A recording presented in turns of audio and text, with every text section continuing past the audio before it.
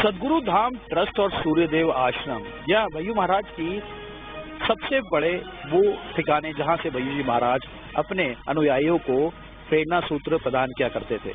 आज उनके अनुयायी इस बात को लेकर बेहद चिंतित हैं क्योंकि भय्यू जी महाराज की मौत की गुत्थी अब भी अनसुलझी है। दरअसल इस वक्त हम सदगुरु धाम आश्रम सूर्यदेव आश्रम के बाहर खड़े हैं।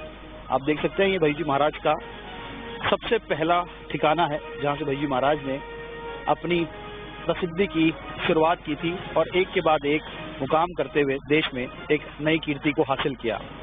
दरअसल भय्यू जी महाराज की मौत के बाद कई अनसुलझे सवाल खड़े हुए। सबसे पहला सवाल तो ट्रस्ट के जुड़े उनके खास सेवादार विनायक को लेकर था। दरअसल एक चिट्ठी भय्यू जी महाराज के हाथ से मिली थी जिसमें विनायक को समस्त ट्रस्ट की जिम्मेदारी सौंपने की बात कही गई थी। इसके बाद से विनायक अचानक गायब हो गया। विनायक को लेकर उसके चाचा गणपत राव का कहना था कि वो गांव में है और सामने नहीं आना चाहता, किसी से मिलना नहीं चाहता। लेकिन पिछले दिनों महाराष्ट्र से बड़ी संख्या में भय्यू जी महाराज के अनुयायी पहुंचे। ट्रस्ट की एक बैठक हुई। इस बैठक में ये बात सामने आई कि आखिर भय्यू जी महाराज जैसा शख्स जो दूसरों को आत्महत्या ना करने के लिए प्रेरित करता था, वो खुद आत्महत्या कैसे कर सकता है। तमाम ऐसे अनसुलझे सवाल सामने आए और उस दौरान जब पूछा गया कि आखिर विनायक कहाँ है, तो अब एक नई बात विनायक के बारे में सामने आई कि विनायक अपने गांव में भी नहीं है, यानी विनायक अब पूरी तरह से गायब है। विनायक कहाँ है ये किसी को नहीं पता।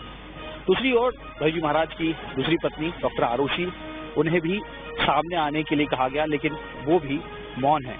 उनकी बेटी कुहू ने साफ कर दिया है कि वो अपनी तालीम पूरी करने के बाद ट्रस्ट की भागदौड़ को संभालेंगे। ऐसे सब हालात में कई तरह के सवाल, कई तरह की जो होती हैं जिज्ञासाओं को सामने लाता है, खड़ा करता है और कई प्रश्न जिसके उत्तर जानने का उनका हर अनुयायी और भय्यू जी महाराज से जुड़ा हर शख्स जानना चाहता है कि आखिर वो क्या वजह रही होगी। इन सब वजहों के पीछे जो एक सबसे बड़ी बात आती है वो पुलिस की जांच से लेकर है। अगर पुलिस इसे आत्महत्या मानकर केस को बंद करती है तो बार बार जो वजह उठी जिसके कारण उन्हें आत्महत्या के लिए प्रेरित होना पड़ा, आखिर उन लोगों को मुलजिम क्यों नहीं बनाया गया। आखिर क्यों विनायक पुलिस की गिरफ्त से, लोगों की गिरफ्त से, समाज की गिरफ्त से बाहर है। हालांकि उसके खिलाफ सीधे तौर पे कोई शिकायत नहीं हुई है, लेकिन भय्यू जी महाराज ट्रस्ट से जुड़े लोग अब जल्द ही इस मामले में पुलिस में एक आवेदन देने वाले हैं और उसके बाद विनायक को गिरफ्तार कर उससे पूछताछ की जा सकती है। यहाँ पर जल्द ही एक जनहित याचिका भी भय्यू जी महाराज की मौत की गुत्थी को लेकर लगने की तैयारी की जा रही है, जिसमें उनकी मौत को लेकर सीबीआई जांच की मांग की गई है।